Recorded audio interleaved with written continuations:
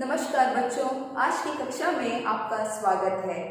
आज हम तमिलनाडु की एक प्रसिद्ध लोक कथा गरम जामुन इस कहानी के पहले भाग के बारे में आज हम चर्चा करने वाले हैं।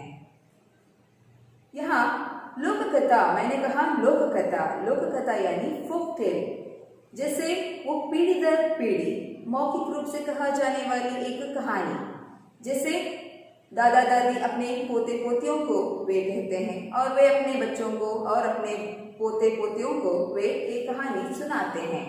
ऐसे ही एक लोक कथा के बारे में आज हम चर्चा करने वाले हैं, वो है गरम जामुन। यहाँ पर जामुन का मतलब है ब्लैकबेरी। ये नाम सुनते ही कुछ अजीब लग रहा है ना, गरम जामुन। जामुन में कभी गरम होता है क्या? ये क्या है देखेंगे।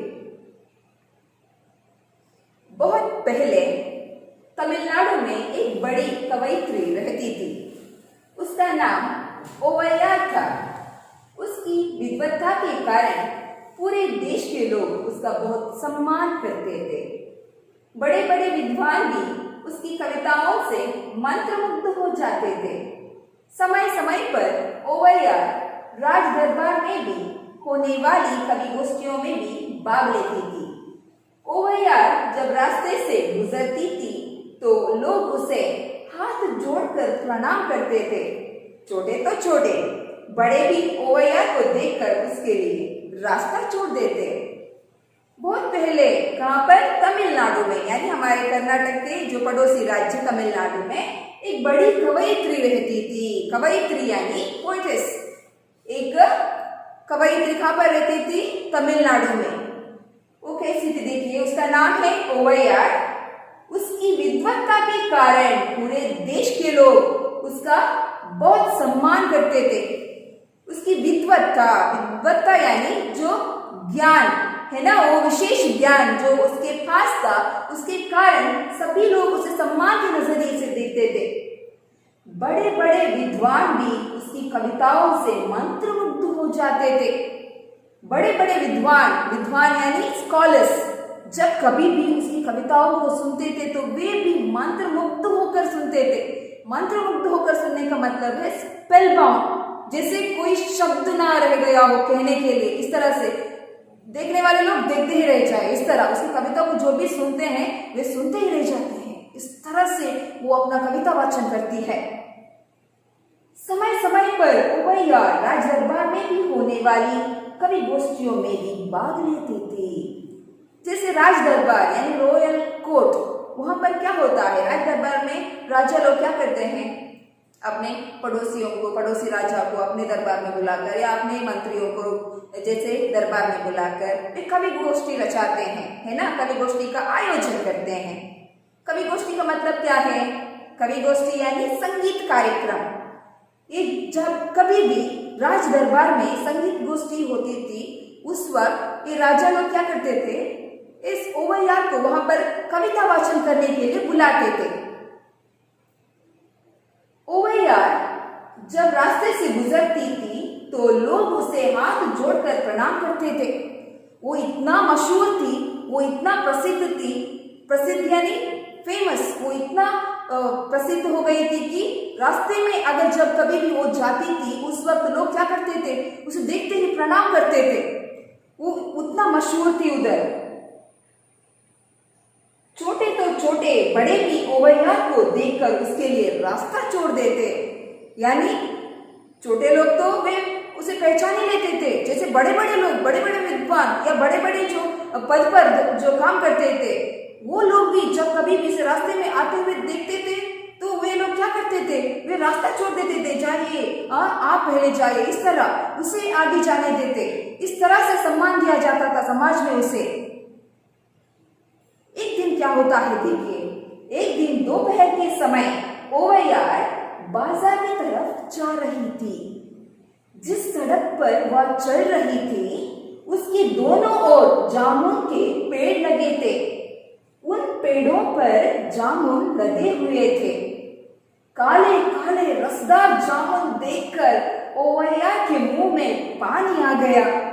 लेकिन जामुन के सभी पेड़ ऊंचे थे।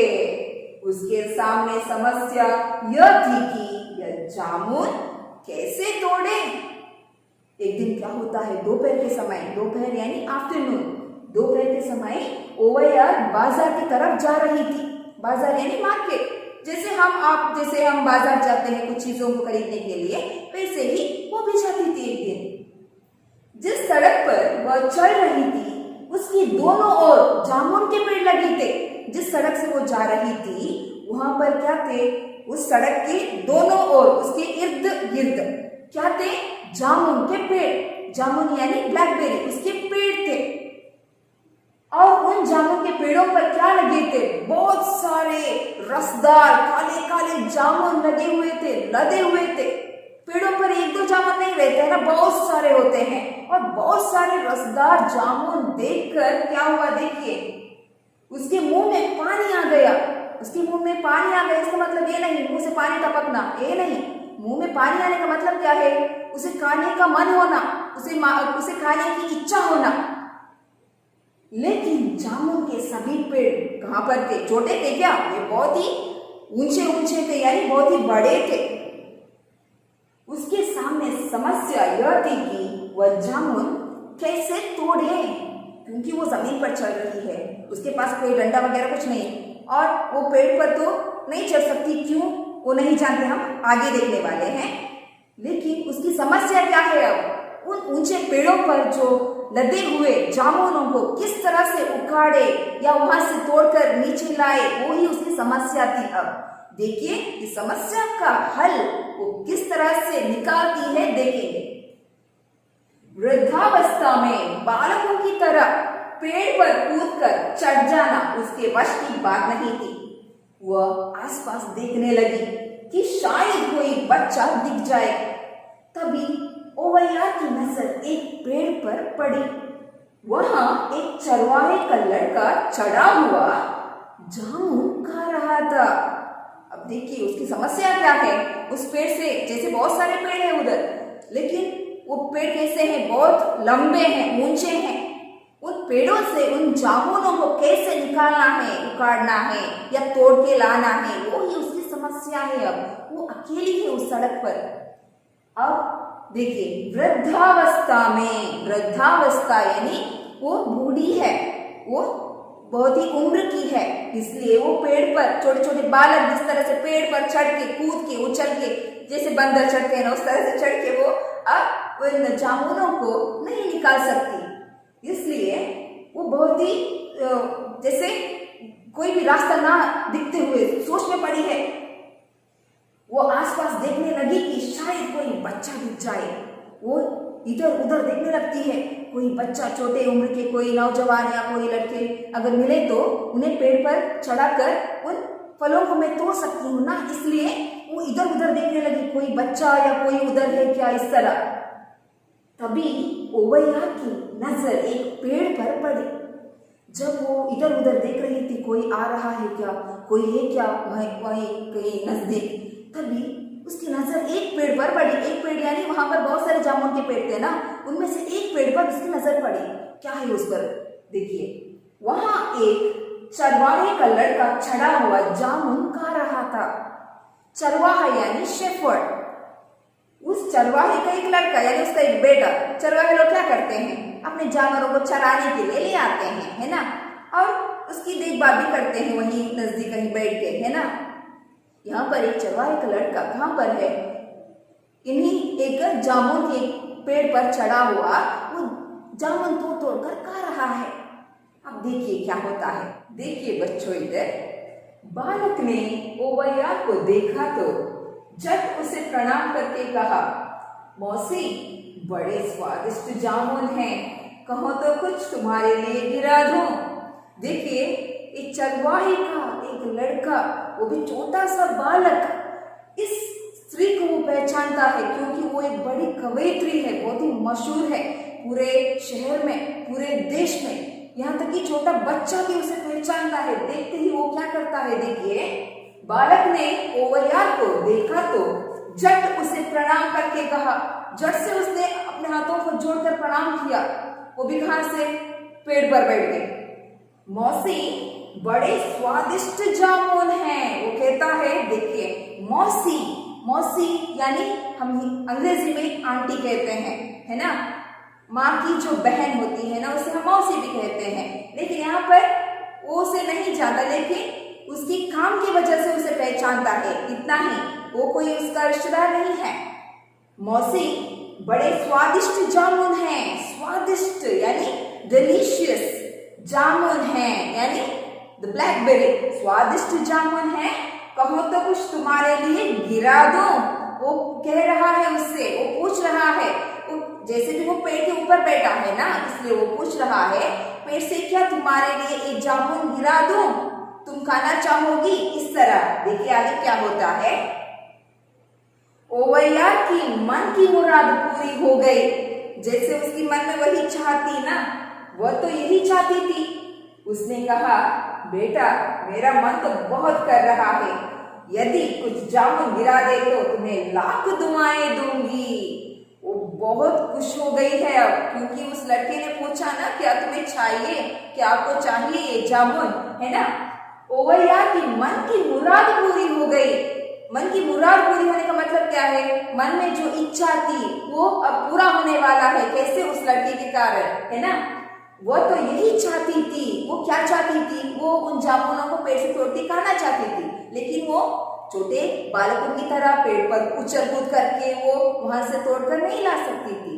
इसलिए यहाँ पर एक छोटा सा बालक जब इससे पूछा तो वो बहुत खुश होकर कहती है, यही मैं चाहती थी, यही मैं खाना चाहती थी। उसने कहा, यानी ओवैया ने कहा, बेटा मेरा मन तो बहुत कर रहा है, यदि कुछ जामुन गिरा दे तो तुम्हें लाख दुआएं दूंगी। वो कहती है, मेरा मन तो बहुत कर रहा है इस जामुन को खाने का, अगर तुम पेड़ से उन्हें तोड़ के मुझे दोगे ना, मैं तुम्हें एक दो दुआएं नहीं लाख दुआएं दूंगी, यानी लैक्स ऑफ ब्लेसिंग्स। लाख दुआएं यानी लैक्स ऑफ ब्लेसिंग्स। वो कहती है, मैं तुम्हें लाख दुआएं दूंगी अगर तुम वहां से यानी पेड़ से उन्हें तोड़कर मुझे दो। अब क्या होता है देखिए। बालक ने पूछा, मौसी गिराने को तो अभी गिरा दूं, लेकिन कौन से जामुन खाना पसंद करोगी, गरम या ठंडे? ये प्रश्न थोड़ा अजीब है ना। पेड़ पर हम कभी भी कोई भी पके हुए चीजों को नहीं खाते, है ना। अब क्या होता है देखिए।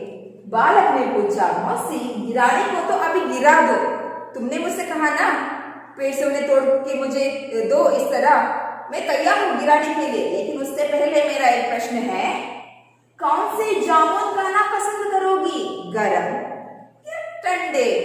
वो पूछ रहा है, मैं तुम्हें क्या गरम जामुन गिरा दूं या ठंडे? ये प्रश्न सुन के हमारे ओवैया ना वो बड़े चिंता में पड़ जाती है। ये क्या कह रहा है ये छोटा सा लड़का?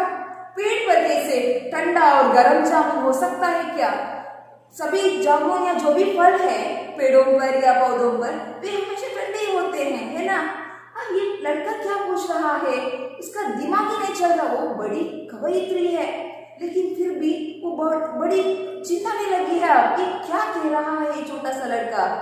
वो किस तरह से इस परेशानी से बाहर आती है, इस प्रश्न को किस तरह से सुलझाती है, इसके बारे में हम अगले कक्षा में देखेंगे। और इस बात से संबंधित जो भी वाक्यांश के जवाब है उसे पीडीएफ द्वारा आपको भेजा जाएगा। आज के लिए सिर्फ इतना ही, अगले कक्षा में फिर मिलेंगे, तब तक के लिए धन्यवाद।